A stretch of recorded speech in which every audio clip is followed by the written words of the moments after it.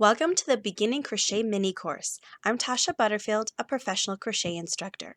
Here in Part 7, we are finishing off our series with how to weave in ends for both the single and double crochet stitches. The last step in a crochet project is going to be weaving in your ends. Hopefully you have left your ends at least 6 inches long. I find even a bit longer than that is more helpful, but at least 6 inches. And take your tapestry needle or your yarn needle. This one here is metal. They also come in plastic, but either way is going to work. Put your end on the tapestry needle. Some people push the actual tip of the yarn through the hole. What I find to be easiest is I fold the yarn itself and then I'll shove it through the opening of the hook.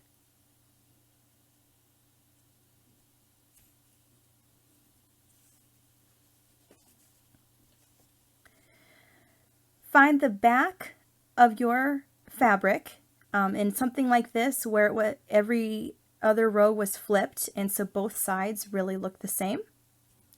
It may not make a difference, but choose which one is going to be the back. In patterns where it's very obvious which is the front and back, of course, use the back of that. So I'm going to choose to do this side here as the back because this is actually the back of the very last row that I made, and that's what's going to make it easy for us here. What we are looking for is on the back of every stitch, there are these little legs. I'm going to wait for it to focus. There we go. 1, 2, these little legs on the bottom of every stitch, no matter how tall, no matter what size stitch it is, they all have these little feet or legs.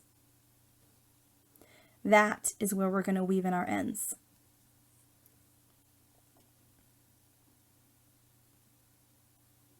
So I'm just going to put my needle right underneath here.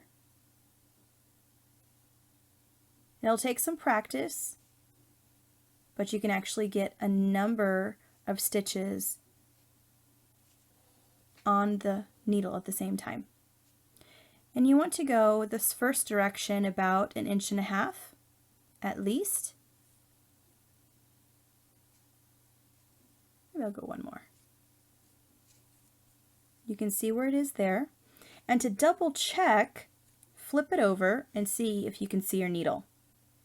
Okay, that means the end is not going to be seen from this front side. Only this back. And if you do it well, not even then. So I'll pull that all the way through.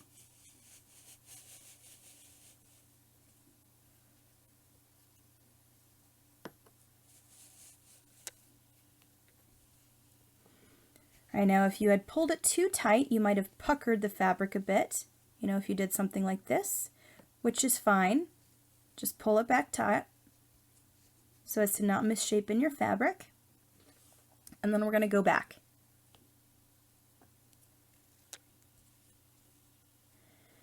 This time, on the way back, I'm going to skip the very last leg that I had come through. I'm going to go over it and back underneath all the other ones. And as I do so, I'm going to intentionally split the yarn. It'll be easy to do because I just sent the yarn this direction. So as I'm going back, that very same yarn I'm going to intentionally split. What that means is, let's find a good one here. Let's just show you here on the outside. There's a leg here. If you were to intentionally poke your needle right through the middle of it, that is splitting the yarn. So you're helping the yarn get caught up in itself so that it will not get pulled out. So I'm still going underneath all those legs, and at the same time I'm finding a way to intentionally split the yarn.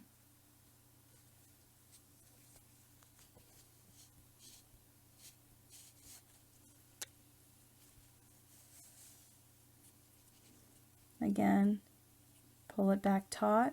Make sure you haven't puckered anything.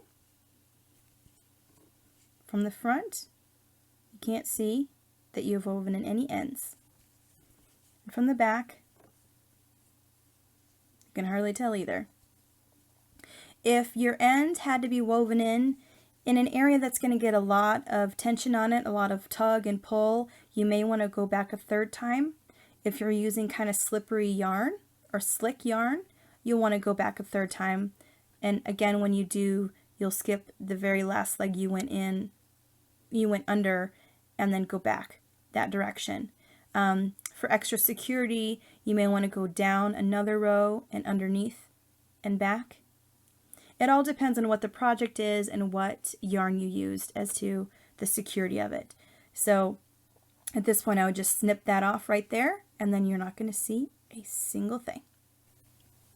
Here's a swatch made of double crochet. And weaving in your ends is going to be much the same as you did with the single crochet. Going to work on the back side of my very last row. And I'm still looking to bring my ends down underneath the legs of the stitches. You see the double crochet also has legs like the single crochet did. I'm first going to bring my yarn down to where the legs are. And this part is completely up to you, whatever is going to look best for your fabric. I'm going to weave it down a little bit to get down in that space. How you do this is totally up to you. Alright, now I'm at the bottom of the stitch. And again, underneath the legs of this one. And this one. I'll work my way over, going at least 1.5 inches.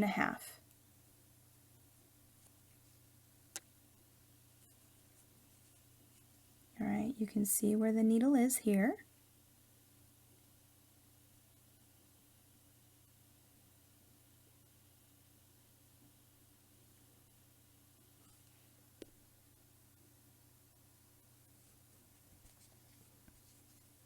And check on your front if you can see your needle. Pretty good. So I'm going to pull that through.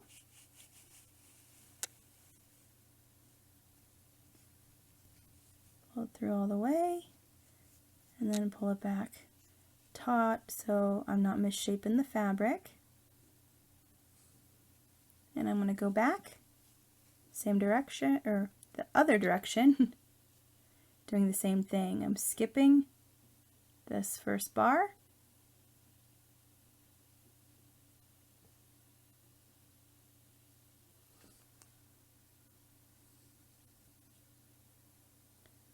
I'm going to go underneath all the others.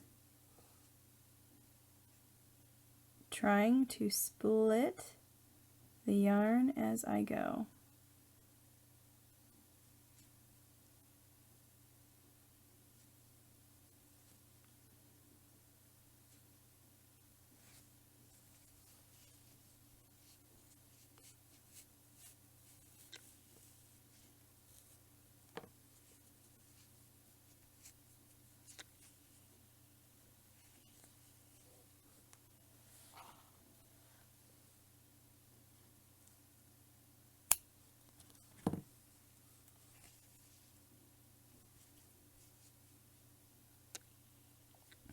And you would do the same down here.